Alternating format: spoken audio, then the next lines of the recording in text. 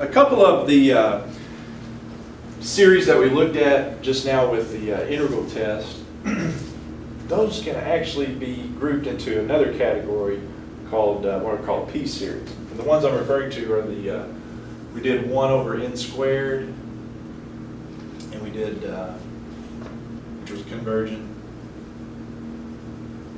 and we did 1 over n, which we already called that harmonic series, but it can also be grouped in this category here too, divergent, and then 1 over the square root of n leaves another one we did, which was divergent by integral test, we proved there. But these are also can be known as p-series. A p-series is a series where you have the series is 1 over n to the p power. So it's the name p-series, that's where p-series comes from. If you have 1 or another number, I mean 1 is just the one that we typically write, but any number over n to a power, that's called a p-series. All right, so this one's obviously p-series, p equals 2. This one is a p-series, it's also a harmonic series, but it can be considered a p-series with p equals 1. This one, what's the power of n here? 1/2. N to the 1/2, yeah. So the power, and notice it's 1 over, the power we're talking about is the n to the power in the denominator here. So yeah, this is a p-series with p equal 1/2. Okay? Yeah, so some of them are more obvious than others. But yeah, that p, the power is what power it is in the denominator.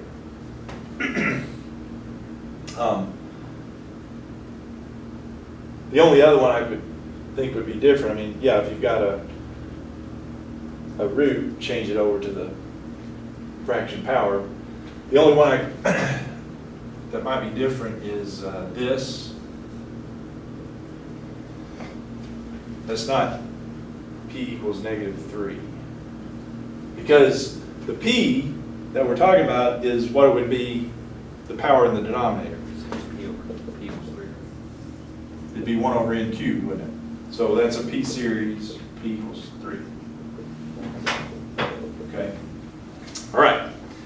Now here's the good news. It's really easy to tell if a p-series is convergent or not. We've already done these 3, but it's going to be even easier to tell you this, whether it's convergent or not, because here's how the p-series test works.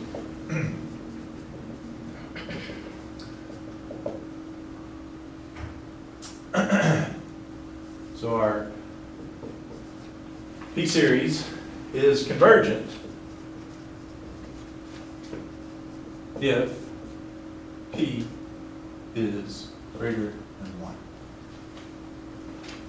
And divergent otherwise, so divergent if p is less than or equal to 1. And these 3 right here that we did with our integral test kind of demonstrate that, doesn't it? I had p equals 2 here, it was convergent. That's got p greater than 1. P equals 1, divergent. That's the harmonic series. But it was divergent by the integral test, we showed that. And then this one was p equals 1/2. That's less than 1. So if that power in the denominator is less than 1, it's also divergent. So it's an easy, quick little thing. And again, all that comes out of the integral test, basically. You can prove all that with the integral test. So back to this one. Now that we know that, what about that one? Convergent, divergent. P equals 3, that's greater than 1. As long as that power in that denominator is greater than 1, it's convergent. Yeah.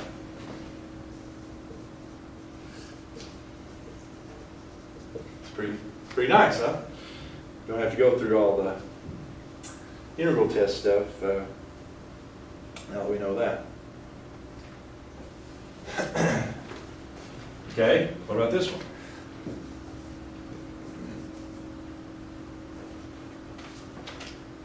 Divergent. Divergent what? 1/3 power. P series. So yeah, this is, when you tell me divergent, that's the thing about the book. I think the book just says conversion or divergent. It doesn't really give you explanation, but I'll be looking for explanation on your test when you come with that. So yeah, P series, P is 1/3, which is less than 1.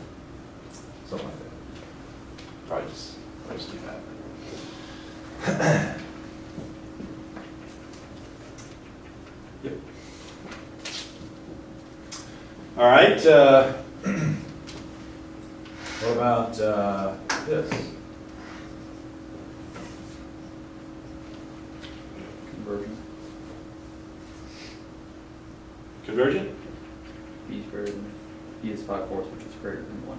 P is 5. Yeah. Again, it's what the power is in the denominator, isn't it? So this is really, for this P series stuff, it's 1 over into the 5/4.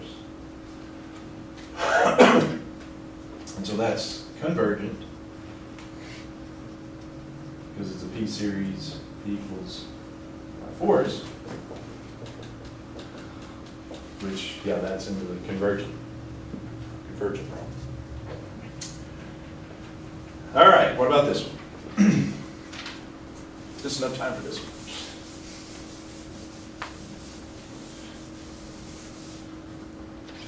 One plus 1/8 plus 1/27 plus